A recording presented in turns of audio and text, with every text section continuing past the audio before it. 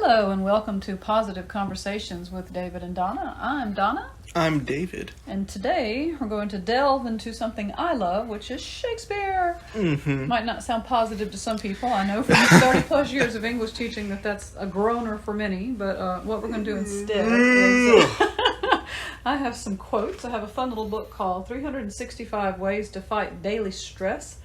And I'm going to read a quote from Shakespeare from this book. And we're just going to wax poetic and see where it goes, because when David and I start talking, it just kind of goes on its own life. So we'll try to stop after 20 minutes. Yeah, we're just going to read some quotes and see what we think about these things. Yes. Yeah. So the first quote today from our bard. A fool thinks himself to be wise, but a wise man knows himself to be a fool. So you already have reacted to me. How is that supposed to relieve stress? I like the quote and all. I just don't know the okay, let's read relation. The back. Let me read the back. Okay. To fight the stress of everyday life, grant yourself relaxing moments. 365 ways to fight daily stress will help you dedicate time to yourself to color the marvelous illustrations, because this book, every other book is a color page. To color the marvelous illustrations in this book and be inspired by the quotations pronounced by great figures of the past and present. Well-being through color is within the reach of everyone. So this kind of relates to our one from last week with the idea of coloring as stress relief. So my art that I've been doing has definitely provided some stress relief and just some artistic, creative, exposure for a talent of mine that I didn't know I really had. But this quote is just get you to think while you're coloring, and this picture has little fish and flowers and hearts and clubs. It looks like it might be inspired by a deck of cards or something, but it's beautiful. So we'll pretend we're coloring little dots while we talk about the quote. So what were you thinking? A fool thinks himself to be wise, but a wise man knows himself to be a fool. I think what that kind of means, and I do like this quote a lot, I feel like a wise man, what that means is that a wise person can acknowledge his faults and that he doesn't know everything, because no one knows everything. And whenever you can start a sentence with something like, I don't know everything, I am not a god, I don't know all this, take it with a grain of salt, but here is what I know and here's what I think. This is my experience, putting it out there for you. I think that makes it a lot easier to swallow as a person getting advice from that kind of person.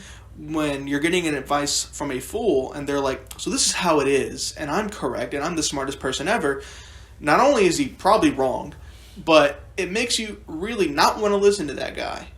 And so my advice to you is whenever you're getting advice or you're learning or taking in things, pay attention to who you're actually hearing it from. Observe them. See if you can find out how humble they are and who they are, and that'll probably really influence what the quote, whatever it is they're saying, will mean to you, and what you'll take from that, and hopefully you'll be able to point out a few fools along the way to avoid. And try to not be a fool yourself. Yeah, and that's another thing. Like, be aware of your own faults. Be self-aware. Acknowledge these things. Be aware that you don't know everything. Acknowledge to the people you talk to that you probably don't know everything. Be a little humble, and it'll go a long way. I agree. So, as a high school teacher, there are quite a few teenagers I've run across who really do honestly believe they know everything, and will be glad to proclaim loudly their very pointed Did I act like I know everything? It's okay. I'm trying to think. You were very confident in my theater class. I didn't really feel like you came off as trying to be like the be-all, know-all, wise about man. Theater. No, but you very definitely... I think a lot of people looked at you kind of like you were top dog because we were so close and like we did the whole banquet thing. Yeah. I think you kind of got a little bit of boasting from that. You know what I'm saying? Probably. Not that you were not thinking you were a fool. It's not quite the same thing here, but you very definitely had a strong purpose. I probably didn't think myself a fool. I didn't think I was a fool. Right. Now I'm fully aware of my foolishness. Right. But Fully aware.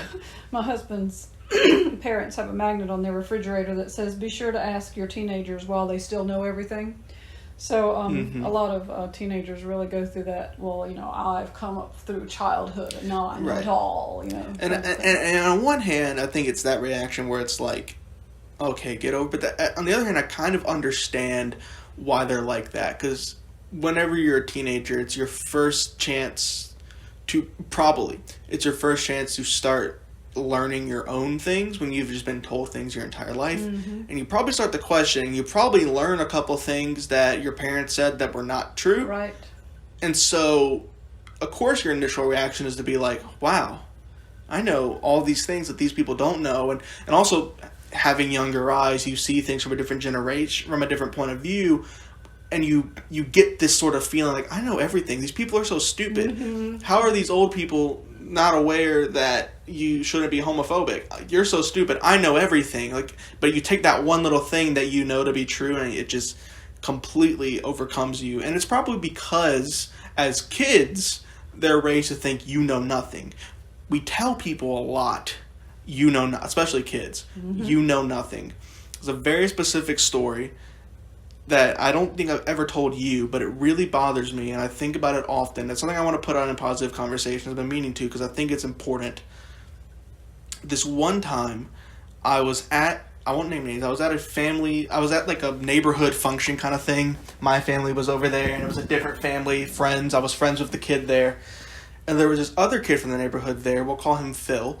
And Phil was sitting down, and then one of the adults from the neighborhood who was there was drunk and messing with the kid. And he started touching on him and like hitting his arm and messing with him. And then Phil was like, hey, don't touch me. I don't like that. And Phil was probably about like 14, probably 15 at the time. And the guy was like, oh, what's wrong? What's wrong? Huh? Oh, what, are you gay? I know you like it. I know you're gay. Which, I'm not saying anything's wrong with being gay, but you just don't do that. That's weird as an adult to be drunk and messy and unnecessary. Sure. And messing with him and be like, come on, little gay boy, don't you want to play around messing with him? He's an adult. This guy's like a 15-year-old. So then Phil stands up and says, get the F off of me. And the first thing that every adult there does is go, whoa, Phil, that's so disrespectful. Because they're all so focused on one thing, which is, we're adults, we are strong, we are powerful, be respectful, that they're not even paying attention at all to the fact that this kid was literally being sexually harassed by this adult, by this drunk adult. And so that just, I think, and it bothers me so much because they were focused on, I remember the next day, Phil was over at a different guy's house talking to him about it, and I was there, and the adult was like, I'm going to give you some advice. Your opinions don't matter because you're a kid. And that just stuck with me because it's like, so it's okay that he was being harassed because he's a kid and his opinions don't matter. And all you care about is being on a power trip as an adult and being like, whoa, don't disrespect us.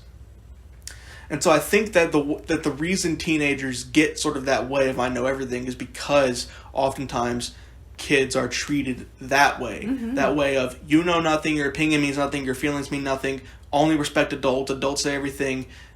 And that's the extreme example of adults can literally do that, and other adults don't bat an eye oftentimes because they're worried about respecting other adults. And that's all they're focused on. And so when kids start to think for themselves, and say, for example, me observing that will go, I know that that's not okay, and these adults don't know it. That means that I know, and that jumps to, I know everything, because these adults don't know what they're doing. So oftentimes I think the reason kids sort of get that way is because there is one particular thing or a couple particular things that they are right about. And then that just, until you start mistrusting everything that adults say. How old were you? Probably 12 or 13 still, yeah. Well, that stuck with me for a while. To hear you say that, because in my class, one of the things I've heard for my entire teaching career is that I'm one of the few teachers that will treat my students with respect. Mm-hmm. I mean, there are so many teachers that I've worked with over my 31-year career that just absolutely speak down to their students. And I teach high school, so we're talking 14 to 19-year-olds. Yeah. Just speak down to them like they're 6, and they have zero respect for any aspect of their opinion or their whatever. And I really have always been so opposite of that. And I preface everything I teach with, I don't think I know everything, and in fact, I like when you put in your opinion. You acknowledge that you are a fool. Correct. That's very wise, and I think and I've of course observed that. I haven't been out of high school that long, and so I remember the teachers like that, and you were very much like that, and you gave respect, and I think it earned respect, and I think students should be respectful of their teachers. But what that makes me think about is that I've noticed I've had teachers before who have literally told me that when talking to me, and this is going to sound like a boast, it's not. When talking to me, they felt like they were talking to a colleague instead of a student. Mm-hmm. And I think that that's because I tried to meet them halfway. I really did try to meet them halfway and talk to them like an adult, quote unquote, the best I could, and show them respect. And so oftentimes I found they would try to show it to me.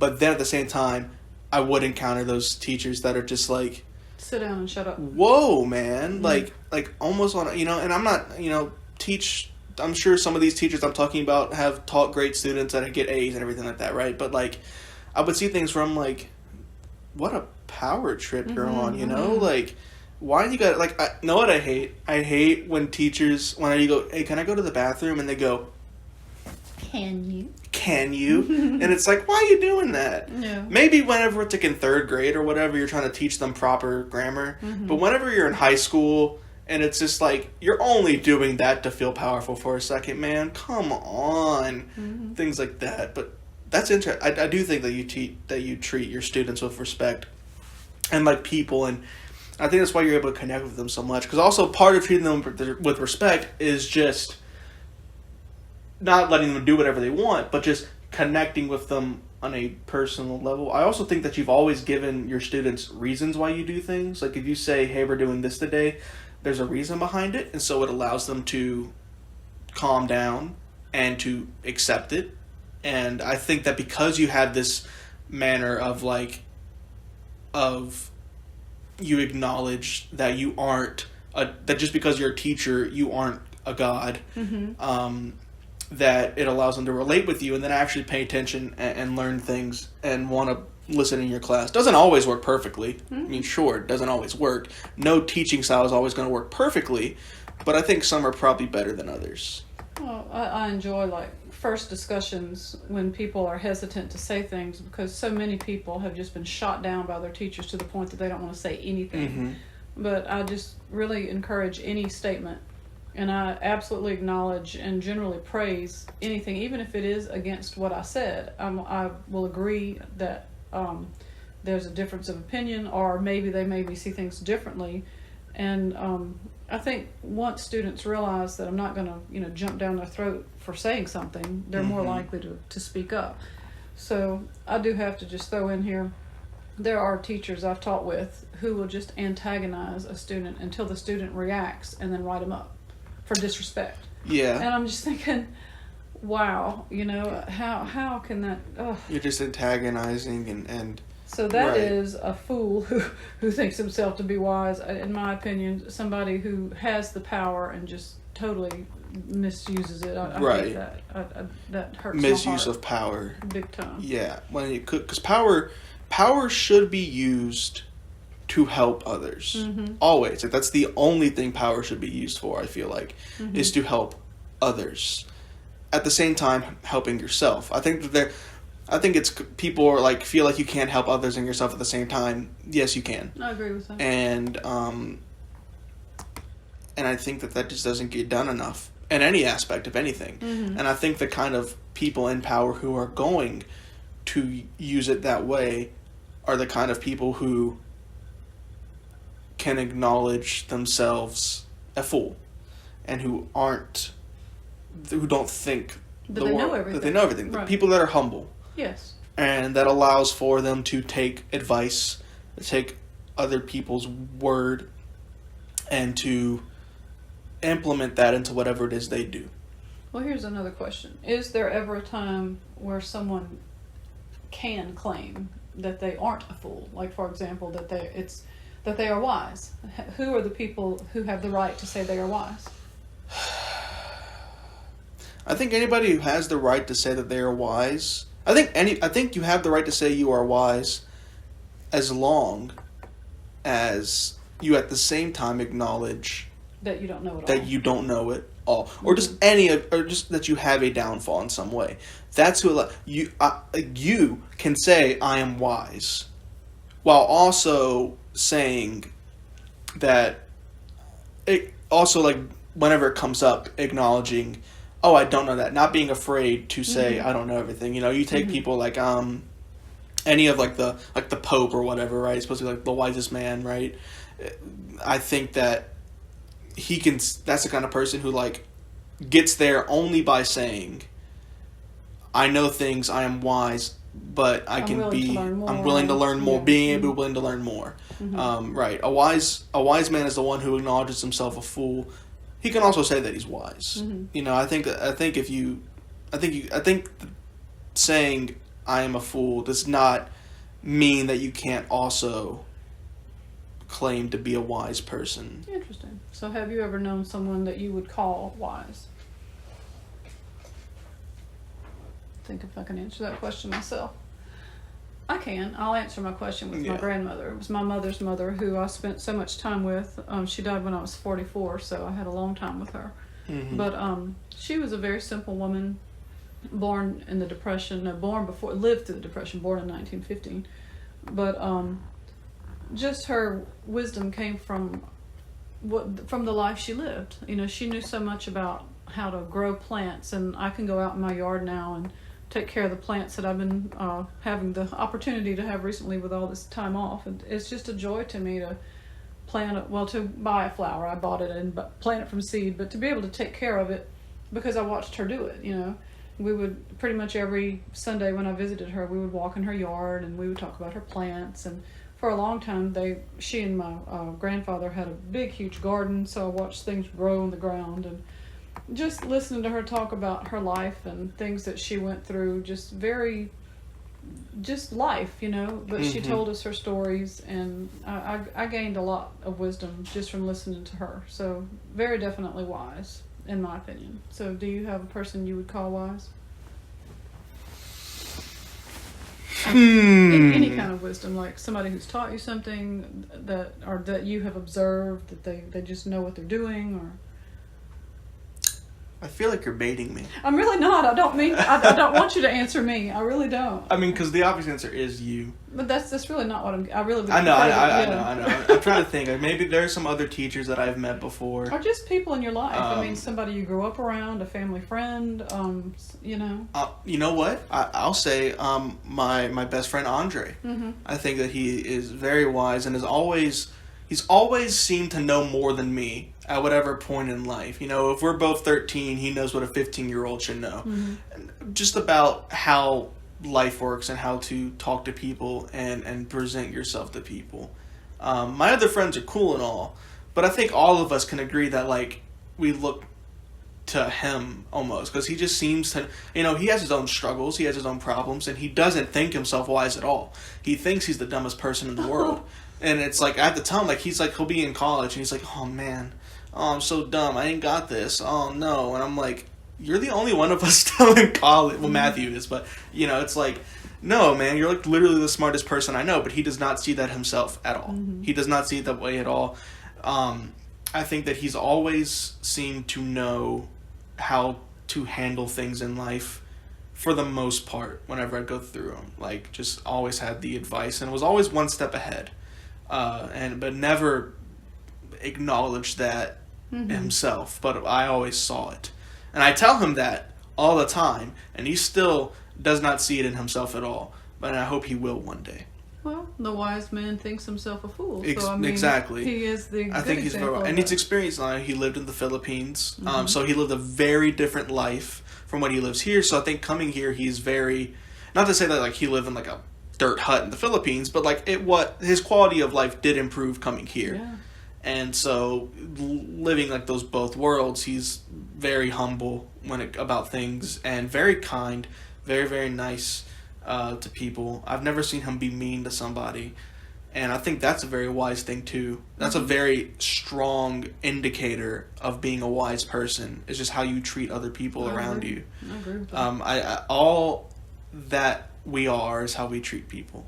I believe. Yeah. Like it doesn't matter what it is you say you are or what you do alone. Like it matters. What matters in the end is how you treat the people around you, because that's what's going to be remembered. Even if you do something really incredible, especially like now, like if you do something really incredible, if it comes out that you were a complete bad person, then your legacy is never going to be the same. And I think he's always. I've never seen him be mean to a single person. I think that's a very wise thing to do. Well, looking at our time, see, one quote. We had several picked out, and I told David, we're going to read one and see where it goes, and it got us through our 20 minutes. My other friends are really smart, too, sometimes, about things. Sometimes. Logan's smart. Yeah. Just to make sure everyone's listening. Included. Andrew, you're cool. You're smart. I think my girlfriend's pretty she's really smart. And my mom's cool. My mom's very wise. I've learned a lot from her about life. She always handles things very, very well. Good. And I've learned a lot about how to handle things from her. Excellent. Yeah. So I will slide in some news. I guess it could have gone on creative conversations, but it's positive. Yeah, we wrote 2 plays last year, and one of them got accepted for publication. So I'm excited. It's very positive. I'm so excited. Dope. Did I say this last week? Because it happened last Sunday, not Wednesday when we were together. Maybe. I don't remember. But I'll say it again. I'm very happy about it. And as always, we like to just make sure everybody is aware of your opportunity to work with us. We have a Fiverr, and if you have a creative project, we'd love to help you with it. Yeah. And we'd love for you to listen to all of our different podcasts and watch all our videos on our channel. And just stay up with us. And thank you for listening to this one. So thank you very much. I guess I'll just say, I'm Donna. I'm David. Stay positive.